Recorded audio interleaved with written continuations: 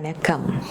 ஒரு இளைஞர் குரு எமக்கு அவசியமா, நாங்கள் புத்தகத்திலிருந்து ஞானத்தை பெற முடியாதா என்ற கேள்வியை சுவாமி சின்மயானந்தரிடம் கேட்டபோது அவர் இந்த கேள்வியை புத்தகத்திடமே கேட்கலாமே என்று பதிலளித்தார்.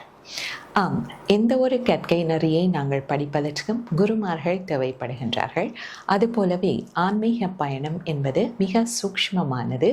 ஆகவே குரு என்பவர் நிச்சயமாகவே எமக்கு தேவைப்படுகின்றார். குரு என்பதன் பொருள் அஞ்ஞானம் என்கின்ற இருளை அகற்றி ஞானம் என்கின்ற ஒளியை ஏற்றுபவர் என்று பொருள்படுகின்றது.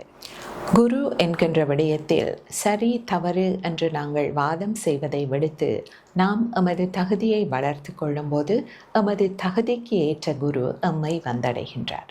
குருவின் தகுதிகள் பற்றி சாஸ்திரங்களில் குறிப்பிடும்போது ஸ்ரோத்ரியம் பிரம்மனிஷ்டம் என்ற 2 தன்மைகளை பற்றி குறிப்பிடுகின்றது.